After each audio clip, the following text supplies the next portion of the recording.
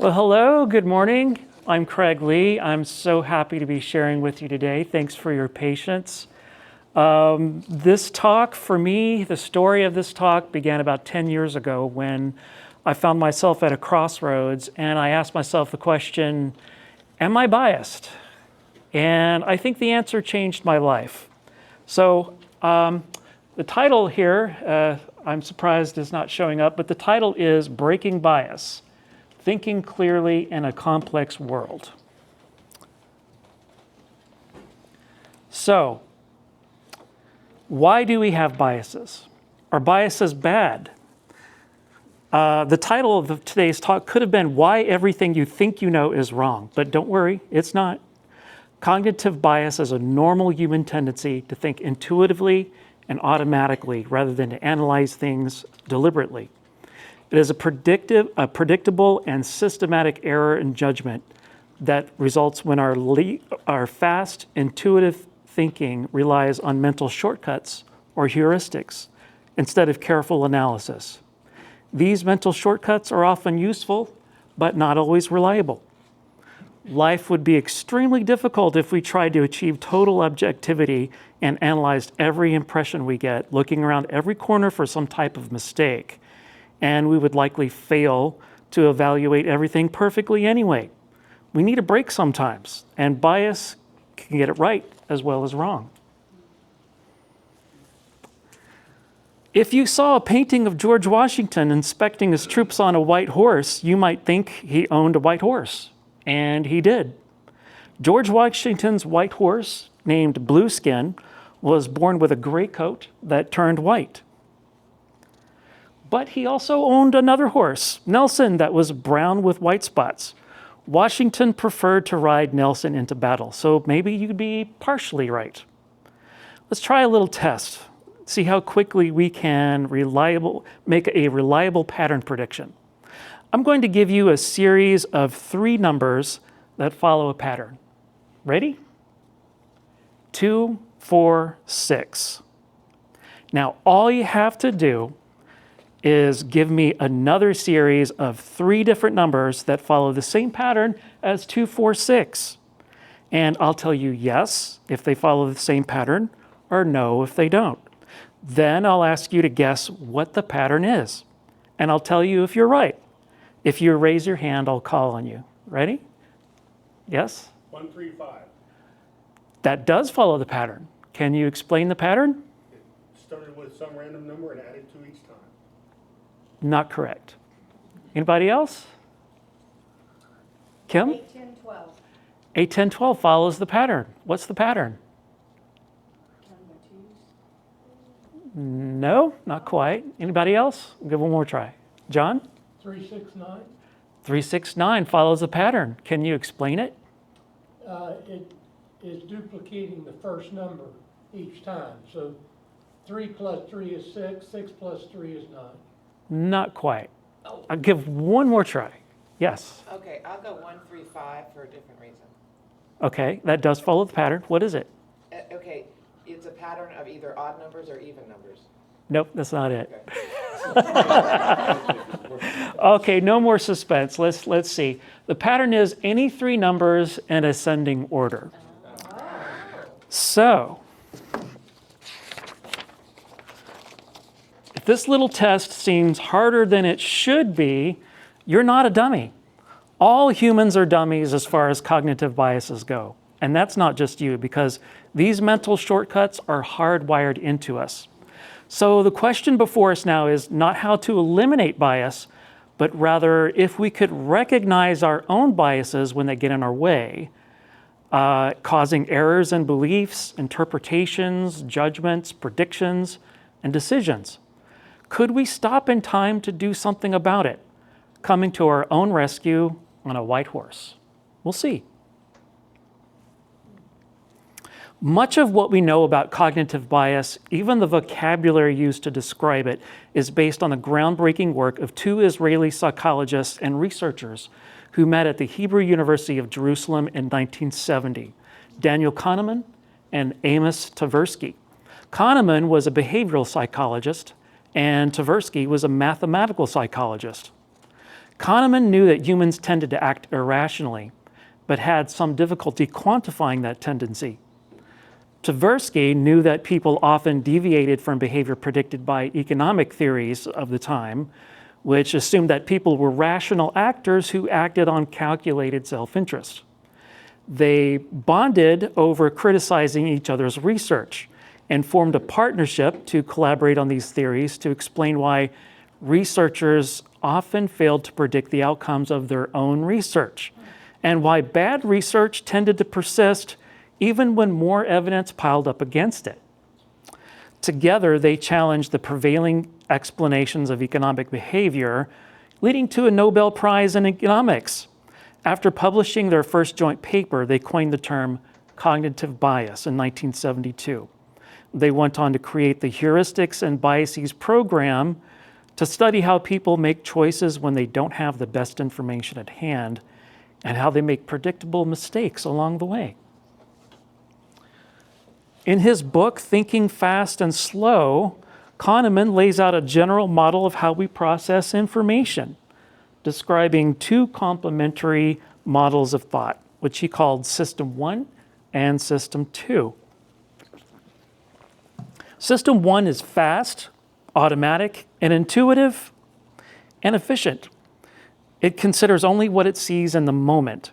It allows us to recognize faces, read emotions, and make countless everyday decisions without much effort. System 2 is slower, more deliberate, analytical.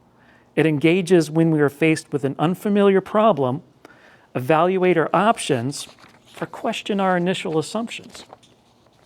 Neither system is inherently better than the other. System 1 serves us well most of the time, but because it relies on shortcuts, it is susceptible to cognitive biases. Even System 2 can fail us if we rely too heavily on information provided by System 1, because the effort it takes to find alternative explanations and not jump to conclusions can be much greater than expected. In this model, the brain naturally seeks homeostasis, or return to the normal state of being undisturbed by uncertainty. Based on this model, Kahneman describes several common cognitive biases in terms that are still being used today. Cognitive biases can influence how we interpret what people say, how credible we think they are, and even what we believe about what we see with our own eyes, often without our awareness. But an awareness of how they operate can help us recognize and examine them, giving us a chance to think again. So see if you can recognize these examples of cognitive bias in everyday life. Impression biases. First, we have anchoring bias. The first number or idea or explanation you hear has a disproportionate influence on your overall impression, making later information seem related to it. Here's an example. A doctor sees a number in a test result and makes a diagnosis. As more tests are done, the number changes significantly, but the doctor fails to update the original diagnosis, looking for other explanations for the changing numbers. That's actually an example I got from the TV show The Pit. How about this? Misinformation effect. The tendency for a person's memory of an event to become distorted after exposure to misleading information presented after the event occurred. Here's an example. A criminal investigator prompts an eyewitness to pick a suspect out of a lineup by asking a leading question. Are you sure it's not this one? He matches your description perfectly. This might cause the witness to reconstruct their own memory differently. So we also have belief biases. Who can guess the most common belief bias? I'm sure many of you have heard of it. That my God is better than your God. Well, I don't know, but a lot of you will have heard of this one. Confirmation bias. Sound familiar? Yeah. You notice and remember statements that support your existing beliefs while discounting contradictory information. When cognitive psychologist Peter Wasson coined the term confirmation bias in 1960, He used the 2-4-6 experiment we did earlier to demonstrate that people naturally try to test their own explanations by confirming rather than disproving them. So what if we had said -5, 0, 5? That would have been a little bit more information, right? Or maybe 10, 5, 1. You could try that, and that would give you even more information. So yeah, confirmation bias. In my previous example, if the criminal investigator lost interest in other suspects once the witness identified the one person from the lineup that he suspected, that would indeed be a case of confirmation bias. Also, belief perseverance. You continue holding a belief even after the evidence that supported it has been discredited. This could be related to preserving your self-image. Also, motivated reasoning. You evaluate information in a way that leads towards the conclusion that you want to be true. Maybe the information conflicts with a core belief related to your identity, and the cost of reevaluating that belief is too high. Unfortunately, this is how the brain works. So true. What about personal biases? There is the halo effect, where one positive trait, such as attractiveness or confidence, leads you to assume other positive traits. One reason there are so many statistics in baseball is so scouts can recruit based on how players are likely to perform, not how athletic they look, as if appearance might predict performance. There's the horn effect. This is where one negative trait causes you to judge another person's qualities more negatively. And we've all heard of this, stereotyping. When you interpret someone's words or attributes through assumptions about the group they belong to. For example, assuming a senior citizen can't fix a computer problem. Yeah. So also there are biases of interpretation. Here's one, the fundamental attribution error. This is where you attribute someone's behavior to their character rather than considering situational factors. If they do something right, it was luck. If something happens to them, it's their own fault. A good example of this is if a coworker comes in late one day, you might be thinking they're lazy and slack. But then you come in late the next day and you're like, it was traffic. That might be a little self-serving. Framing effect. Same information feels different depending on how it's presented. For example, I should have included this. There's a TV listing I found in a newspaper, and it says this: Wizard of Oz. Transported to a surreal landscape, a young girl kills the first person she meets and then teams up with 3 strangers to kill again. Yeah. So, framing effect. Negativity bias.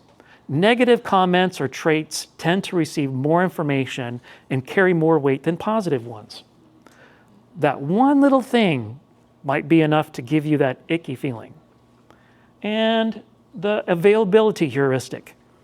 Memorable examples come to mind easily, making you overestimate how common or likely they are. So if you hear a big news story about a kidnapping 1,000 miles away, suddenly it's not safe to let your kids walk to school. And what about credibility biases? The authority bias.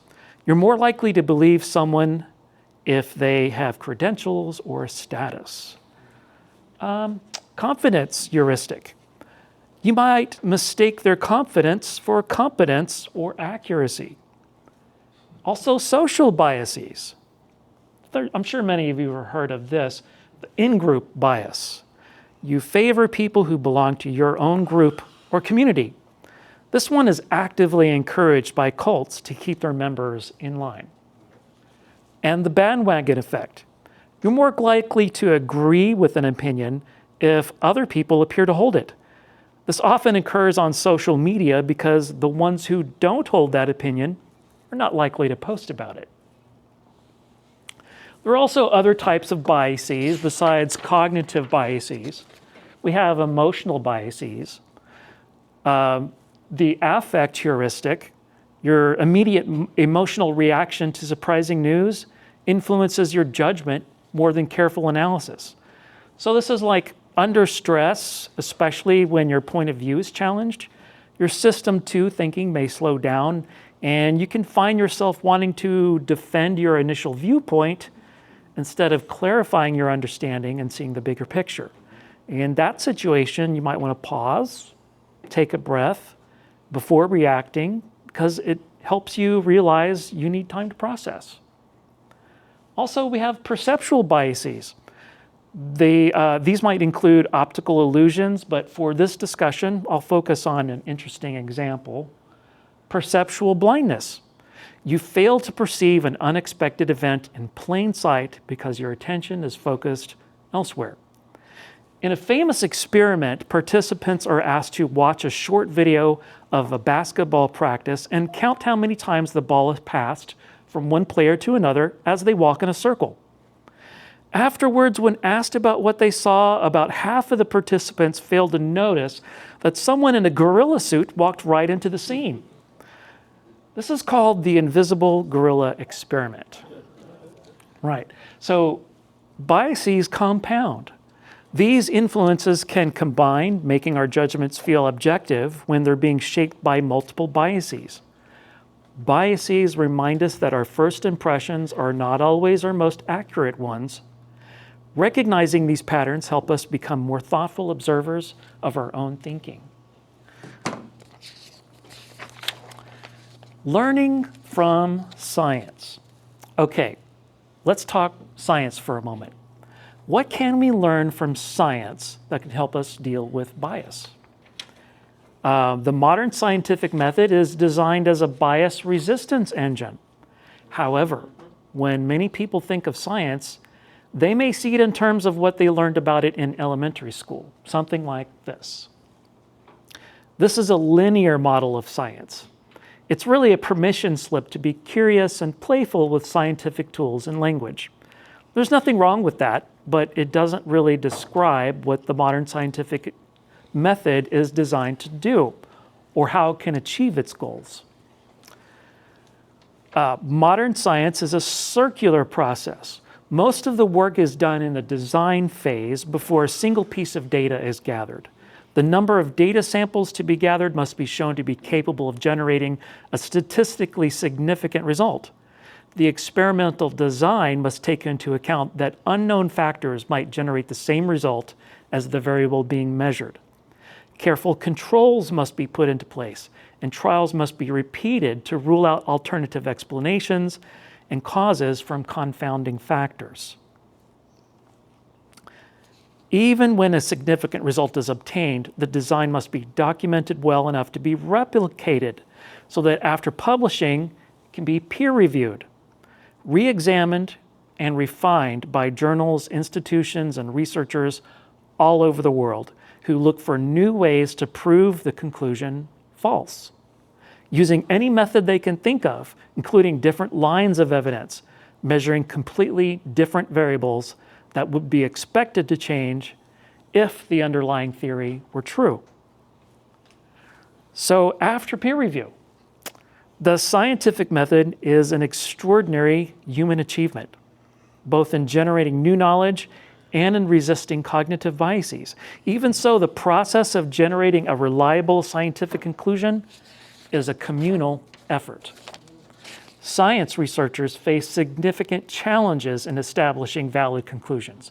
Their work can be affected by a flawed design, inadequate sample sizes, or errors in data collection.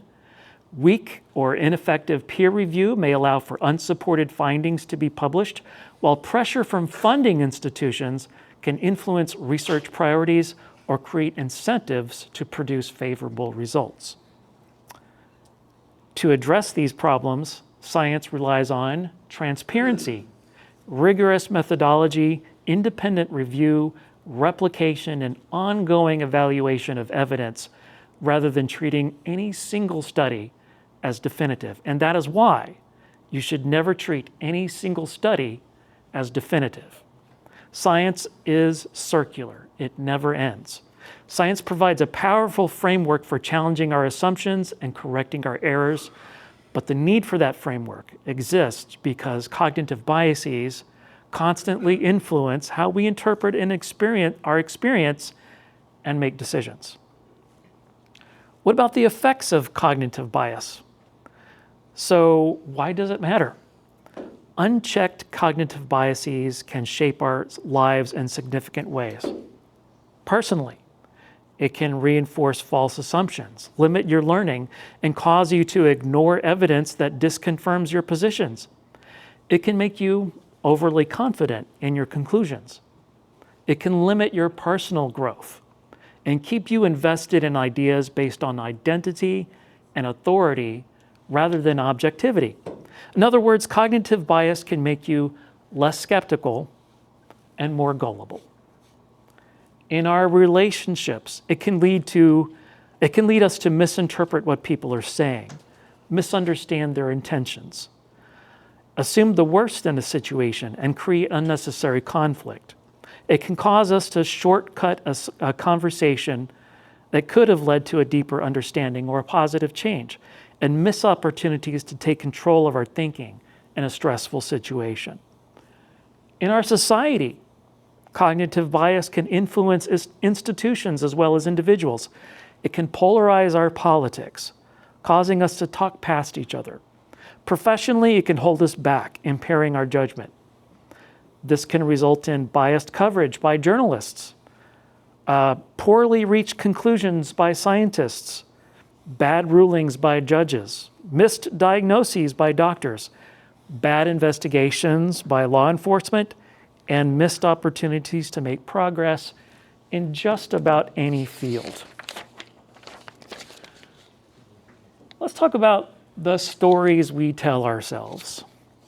A quote from Daniel Kahneman sums it up well by framing cognitive bias in terms of our mental narrative, the story we tell ourselves, and our relationship with uncertainty.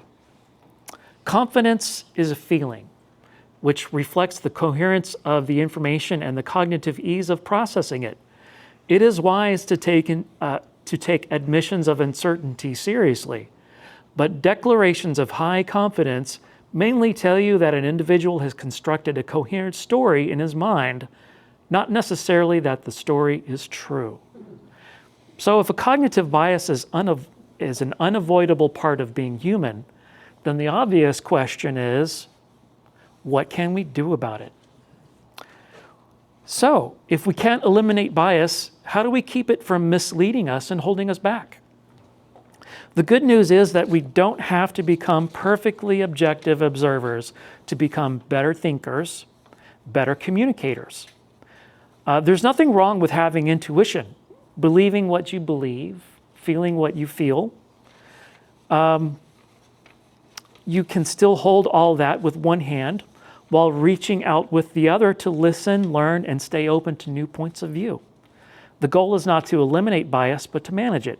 So if bias is unavoidable, what habits can help us manage it?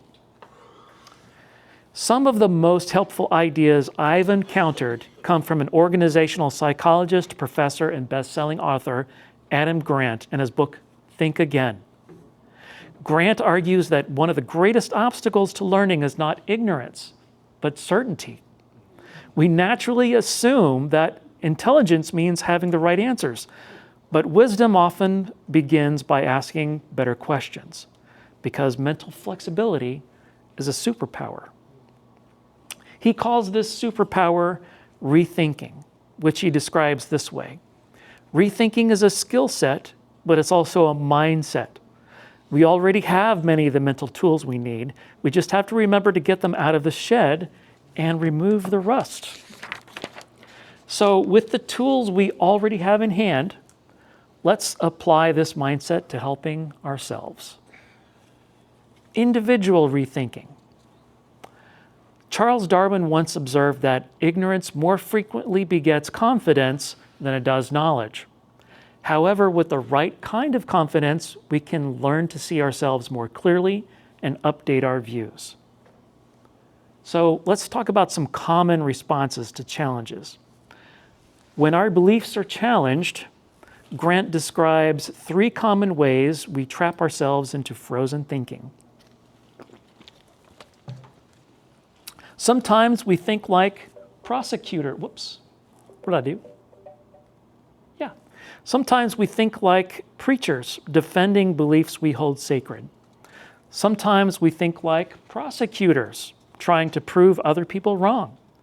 Sometimes we think like politicians, saying whatever we think will gain the most approval without revealing too much. All of these approaches have something in common. They are more concerned with protecting our existing beliefs than discovering whether those beliefs are true.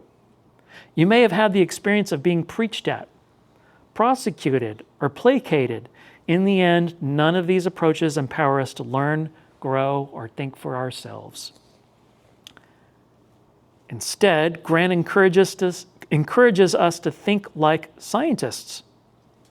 A scientist begins with a hypothesis, not a conclusion. A scientist expects to revise ideas when new evidence appears. Rather than asking, how can I prove my conclusion is right? The scientist asks, if my conclusion were wrong, how would I know it?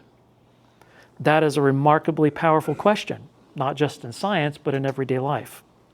Imagine asking yourself during a disagreement, what would cause me to change my mind? If the answer is nothing, then we've probably stopped reasoning and started defending. Thinking like a scientist requires what Grant calls confident humility. That sounds contradictory, right? How can somebody be both confident and humble? The answer is that confidence and humility are directed towards different things. Be confident in your ability to learn. Be humble about what you currently know. Confident humility means saying, I have convictions, but I also recognize my understanding is incomplete. It is the willingness to separate our identity from our opinions. Once our identity is connected to a belief, confirmation bias encourages us to seek evidence that supports our position while discounting information that challenges it. Motivated reasoning helps us explain away inconvenient facts. We become less interested in discovering what is true than in defending who we think we are. Grant suggests a healthier alternative. Anchor your identity not in a particular opinion, but in values such as curiosity, honesty, learning, and intellectual integrity. Instead of saying, I am someone who has always believed this, we can say, I'm someone who wants to understand the evidence wherever it leads. Our identity becomes tied to the pursuit of truth rather than to any single conclusion. And he says, discover the joy of being wrong. Grant's most surprising idea is that we should learn to find the joy in being wrong. At first, this sounds counterintuitive. Most of us experience being wrong as embarrassing or threatening. We try to avoid it. But Grant encourages us to reframe the experience. Instead of saying, I can't believe how wrong I was for so long, we can say, I'm glad I know more today than I did yesterday. The first response focuses on protecting our ego. The second celebrates growth. Every mistaken belief we correct brings our understanding a little closer to reality. This perspective also changes the way we respond to uncertainty. Instead of something to avoid, uncertainty is something to embrace.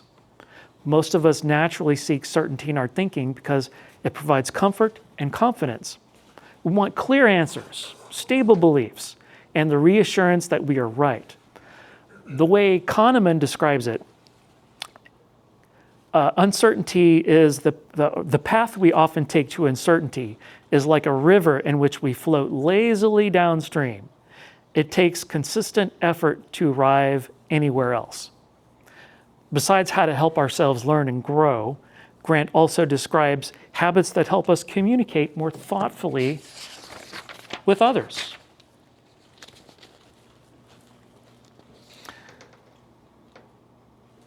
So interpersonal rethinking. If our goal is to help someone else update their views, one of the simplest ways to do that is to ask better questions. Instead of assuming we know what someone means, we can ask. Instead of preparing our rebuttal while someone else is speaking, we can listen long enough to understand their reasoning. Instead of asking, how can I win this argument, we can ask, what can I learn from this conversation? Curiosity is one of the most effective antidotes to cognitive bias. In cases where someone's beliefs are entrenched and those beliefs are causing harm, Grant recommends a conversational technique he calls motivational interviewing. Rather than preaching, prosecuting, or giving advice, it leverages listening with curiosity to empower people to examine and rethink their own beliefs, helping them find their own internal motivation to change. It involves 3 key components: asking open-ended questions, engaging in reflective listening, and affirming the person's desire and ability to change. Grant tells the story of Marie Helene, a mother in Quebec who was deeply skeptical of vaccines, influenced by an anti-vaccine community and stories about possible harms. She had refused to vaccinate her children despite repeated encouragement from medical professionals. When her 4th child, Toby, was born prematurely and spent months in the hospital, the medical team became especially concerned because a measles outbreak was occurring in the region. Traditional approaches, warning her, giving her scientific facts, or pressuring her had not worked and often made her more resistant. The hospital brought in Armand Gagneur, a neonatologist who the staff called the vaccine whisperer. Instead of trying to defeat her arguments or convince her through authority, Gagneur used motivational interviewing techniques. He asked her open-ended questions about how she had reached her conclusions, listening carefully to her concerns and acknowledging the complexity of the information she was trying to navigate. He did not shame her or tell her she was wrong. He created a conversation in which she could examine her own motivations and concerns. After their 1-hour conversation, Marie-Helene reconsidered her position and chose to vaccinate her children. Afterwards, she related that the key moment that changed her mind wasn't about vaccines. It was when Gagneur said to her, "I realize that you are a good mother and you would never do anything to endanger your children." This is what she had been saying to everyone all along, but no one was really listening. That's when her thinking started to change. The system of hospitals in Quebec decided to train employees to replicate the work of the vaccine whisperer. They found that after just a single 1-hour conversation using these techniques, about 10% of the vaccine skeptics changed their minds, were vaccinated, and kept on schedule with vaccinations 1 year later. Motivational interviewing works because it's based on curiosity. We don't know what might be motivating someone else to change or how not to change, but it helps to find out. The goal isn't to tell people what to do, it's to help them break out of their overconfidence cycle and see new possibilities. We can also disagree constructively. Healthy disagreement is not something to avoid, it's something to cultivate. Another practical habit is to hold our beliefs with appropriate confidence. Some ideas deserve great confidence because they are supported by overwhelming evidence. Others should be held more tentatively because the evidence is incomplete or uncertain. Not every opinion deserves the same level of certainty. One useful question to ask ourselves is, how confident am I on a scale of 1 to 10? Then ask, what evidence would move me from one point in either direction? Notice the goal isn't necessarily to change your mind. Sometimes you'll discover that your beliefs are well supported. But even then, you've arrived there through careful reflection rather than instinctive certainty. We also have collective rethinking. If institutions as well as individuals can be biased, then progress can be made by influencing the culture within them. Grant suggests 3 ways to challenge institutional thinking and build a culture of lifelong learning, even as we challenge our own thinking. He recommends you build a challenge network. Look for people who challenge the prevailing thinking rather than simply affirming it. Surround yourself with trusted peers, inside or outside your organization, who can critique your ideas and improve your work. We benefit most from people who are willing to question our assumptions respectfully and who care more about helping us think clearly than about helping us feel correct. Avoid binary thinking. Embrace complexity. Grant encourages us to acknowledge that issues like policies and practices are complex, nuanced, and are challenged by competing claims and experienced differently by various groups. Many disagreements become polarized because we assume there are only 2 sides, right or wrong, us or them, true or false. In reality, most important questions involve competing values, incomplete evidence, and legitimate trade-offs. Embrace change. Even the most successful businesses can grow stale, not because they lack expertise or innovation, but because they remain so committed to what made them successful in the past, they fail to see that markets are changing, there are new ways of doing things, replacing old ways, and then their customers start moving on to other things, like dropping their BlackBerry in the trash because the iPhone just came out. Grant recommends embracing change by changing the focus from "this is how things are" to periodically asking these questions. What has changed? What am I assuming that may no longer be true? And if I started from scratch today, would I make the same decision? The point here is that our greatest strengths can become our greatest blind spots if we stop rethinking them. Success often reinforces confidence, but confidence should never replace curiosity. So, in conclusion, to sum up, perhaps the greatest lesson of cognitive bias is not that our minds are flawed, but that they are unfinished. Every conversation, every new experience, every piece of evidence gives us another opportunity to refine our understanding of the world. Adam Grant puts it this way. Where did I go from here? Yes, the hallmark of wisdom is knowing when it's time to abandon some of your most treasured tools and some of the most cherished parts of your identity. That may be one of the hardest things any of us ever does, but it's also one of the most liberating. Breaking bias is not about becoming perfectly objective. It's about becoming more intentional. It's about replacing certainty with curiosity, defensiveness with humility, and reaction with reflection. If we can learn to do that, even imperfectly, we become not only better thinkers, better listeners, better communicators, better neighbors, and better citizens. We become people who seek not merely to be right, but to understand. And in a world increasingly divided, that may be one of the greatest contributions any of us can make. Thank you.